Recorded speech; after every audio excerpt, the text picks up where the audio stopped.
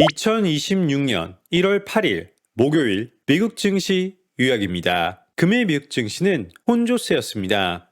목요일 증시는 겉으로는 비교적 평온해 보였지만 수면 아래에서는 뚜렷한 순환매 흐름이 나타났습니다. 지난해 시장을 주도했던 기술주들은 매도된 반면 에너지 생산업체, 소비재 기업, 소형주로 자금이 이동했습니다. 나스닥 100 지수는 엔비디아와 애플의 부진한 흐름 속에 0.6% 하락하며 3거래 연속 상승을 마감했고 S&P 500 지수는 보합권에서 거래를 마쳤습니다. 반면 트럼프 대통령의 국방비 증액 계획에 힘입어 방산주는 급등했고 기술주에서 빠져나온 자금이 소형주로 유입되면서 소형주 지수는 사상 최고치를 기록했습니다. 2026년 초 몇 거래일 동안 시장에서는 뚜렷한 변화가 나타나고 있습니다.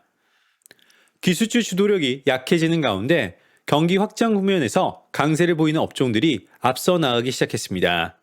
전체적으로 보면 최근 들어 보기 드문 수준의 강한 자금 순환입니다. 실제로 러셀 2000 지수는 2026년 첫 5거래일 동안 나스닥 100 지수를 약 4% 앞질렀으며 이는 연초 기준으로 역대 두 번째로 높은 초과 성과입니다. 투자자들은 이제 금요일 발표될 12월 비농업 고용 보고서에 집중하고 있습니다. 이는 미 연방정부 역사상 가장 길었던 셧다운 이후 처음 나오는 신뢰도 높은 핵심 지표 중 하나가 될 전망입니다. 이와 함께 지난해 부과된 관세 적법성에 대한 대법원 판결 가능성도 주요 변수로 떠오르고 있습니다. 금요일 판결 선고일로 예정되어 있어 해당 관세 조치에 대한 첫 법적 판단이 나올 수 있는 시점으로 주목받고 있습니다. 한편 지정학적 긴장도 주요 변수로 작용하고 있습니다.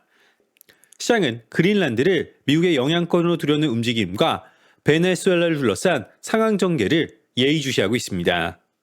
칼라모스 인베스먼트의 폴 티쿠는 현 시점에서는 이것이 단순한 숨 고르기인지 아니면 본격적인 자금 순환인지 아직 불분명하다.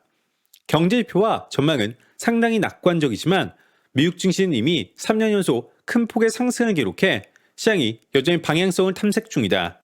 지금의 흐름이 기존 추세의 연장일지 아니면 더 광범위한 순환매의 출발점일지가 관건이다.